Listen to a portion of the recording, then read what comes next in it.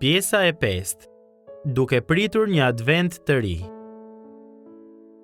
Dita e 23. Ardh mbretëria jote. Dhe engjëlli i 7 i ra trumbetës dhe u bën zëra të mëdhenj në qiell që thoshin: Mbretëritë e botës u bën të Zotit ton dhe të Krishtit të tij, dhe do të mbretërojë në jetë të jetëve. Zbulesa 11:15.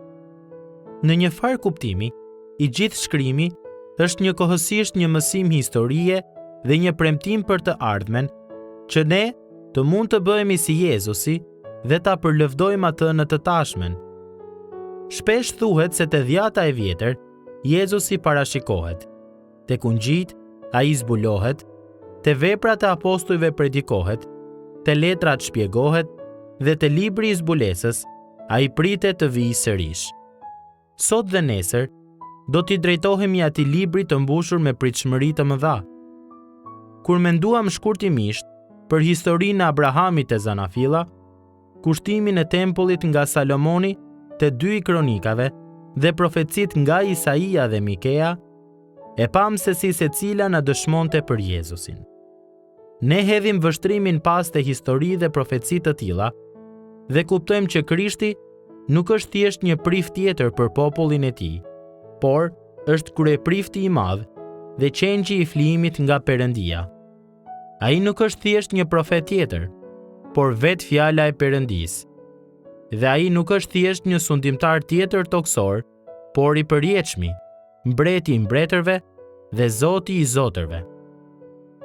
Mirëpo, mes profecive dhe përmbushjes së tyre, populli të Perëndisë ju desh të priste. Për shkak se kemi përparësinë të shohim se si Jezusi ishte poja e të gjitha premtimeve dhe hijeve të dhjatës së vjetër, është e lehtë të harrojmë që shumë breza erdhën dhe shkuan gjatë heshtjes hyjnore 4 shekullore të periudhës mes 2 dhjatave. Pas shërbesës profetike të Malakias, populli i Perëndisë nuk dëgjoi asgjë të re nga Perëndia dhe ju nënshtrua një sër sundimtarësh të huaj. Mbretëria e Izraelit qenë një kujtim i dobët dhe një premtim i ardhshëm. Pati një mbetje besimtarësh besnik, të cilët mund t'i kenë drejtuar familjet e tyre në rrugët e Zotit, por fëmijët dhe nipërit e tyre, me siguri që i dëgjuan historitë dhe profecit dhe bën pyetje të tilla si: Babi, kur do të vijë Mesia? Apo, gjyshe, a mendon me të vërtetë që Zoti do t'i dërgojë popullit ton një mbret të madh? Ose, Xhaxhi, si do të ripërtërihet vallë mbretëria? Prandaj, kur vim në dhjatën e re, kur gjon pak zorin bërrin përpara Jezusit për të shpallur që mbretëria e qiejve është afër, zotëruesit e materialit të parashikuar dhe të profetizuar duhej të përpiqeshin të kuptonin se çfarë do të thoshte që Perëndia të themelonte një mbretëri për popullin e tij. Si do të ishte mbretja e saj mbretërie dhe çfarë do të bënte. Pothuajse pa përjashtim, kur Jezusi filloi të fliste për mbretërinë, njerëzit e menduan mbretërinë në termat e revolucionit politik dhe të rimëkëmbjes kombëtare për Izraelin.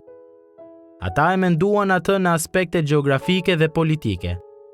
Ata nuk arritën të kuptonin që, në fund të fundit, ajo për të cilën po fliste Jezusi nuk ishte një mbretëri e kësaj bote, ose nga kjo botë, por një mbretëri që është para së gjithash frymërore dhe e përjetshme, dhe jo kombëtare e territoriale. Çfarë po bënte biri i Perëndisë kur hyri në këtë botë si mbreti porsalindur? Ai po fillonte t'i tregonte botës se si do të krijonte një mbretëri me njerëz nga çdo fis, komb dhe gjuhë. Themelimi i mbretërisë së Jezusit ndodh në 3 mënyra. Mbretëria ka ardhur, po vjen dhe do të vijë. Mbretëria ka ardhur tashmë në personin dhe veprat e Jezusit, i cili shpalli. U mbush koha dhe mbretëria e Perëndisë është afër. Çfarë janë mrekullitë e Jezusit përveç se emblemat të veprimtarisë së mbretit në krijimin e tij dhe përmes krijimit të tij?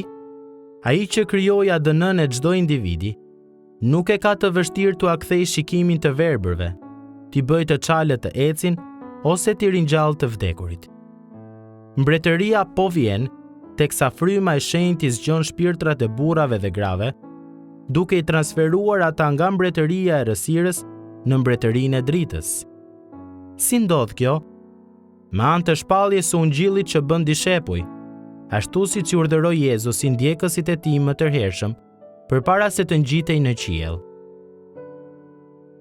Më në fund, mbretëria do të vijë në një kohë të caktuar nga Perëndia, në një kohë që nuk na është zbuluar, kur ai do t'i bëjë të gjitha gjërat të reja. Ardhja e parë e Jezusit ishte ardhja e mbretit për ta shfaqur mbretërinë dhe për të hapur dyert e saj. Ardhja e dytë e Jezusit do të jetë ardhja përfundimtare e mbretërisë së tij në gjithë plotësinë e saj të lavdishme. Pikërisht drejt kësaj ardhjeje sheh libri i zbulesës. Ndërsa lexojmë te zbulesa 11, rreth rënies së trumbetës së 7, duket sikur Perëndia po na flet nga një ditë e ardhshme për të na kujtuar shpresën tonë në këtë jetë dhe për këtë botë. Mbretëritë e botës u bën të Zotit ton dhe të Krishtit të tij, dhe do të mbretërojë në jetë të jetëve. Kur shikojmë përreth, kur ndjekim lajmet ose kur kontrollojmë mediat sociale, mund të kujtojmë se gjërat nuk do të jenë gjithmonë kështu. Gjithçka që është e gabuar do të korrigjohet dhe madje edhe më e mira e kësaj jete do të përmirësohet. Të kujtosh faktin se mbretëria ende pritet të vijë, do të thotë që ne nuk kënaqemi me më të mirën që ka për të na ofruar kjo botë. As nuk dëshpërohemi për më të keqen që na sjell kjo botë. Një ditë, e gjitha kjo do të përpihet nga mbretërimi i lavdishëm i Zotit Jezus. Ajo është shtëpia jonë e vërtet dhe ai do të jetë çasti i festës sonë më të madhe. Kur mendojmë për ardhjen e Jezu Krishtit, nuk i sjellim dobi zemrës dhe mendjes sonë, nëse mendojmë vetëm për ardhjen e tij të parë dhe jo për të dytën. Krishtlindja nuk kremton vetëm atë nga e cila mbreti ynë i porsalindur zbriti në tokë për të na shpëtuar. Krishtlindja kremton edhe atë për të cilën ai erdhi të na shpëtonte. Jeta e përjetshme me të në mbretërinë e tij të përsosur. Mbretërimi i Krishtit ka rëndësi. Kishte rëndësi në Grazhd, ka rëndësi sot dhe do të ketë rëndësi për gjithmonë. Për reflektim, çfarë ndryshimi sjell në sukseset dhe dështimet tona dhe në mënyrën se si reagojmë ndaj gëzimeve dhe hidherimeve që sjell kjo botë, të diturit që mbretëria ka ardhur në të shkuarën, mbretëria po vjen në të tashmen dhe mbretëria do të vijë në të ardhmen? Për cilin aspekt të mbretërisë dëshiron që të meditosh dhe ta shijosh veçanërisht sot?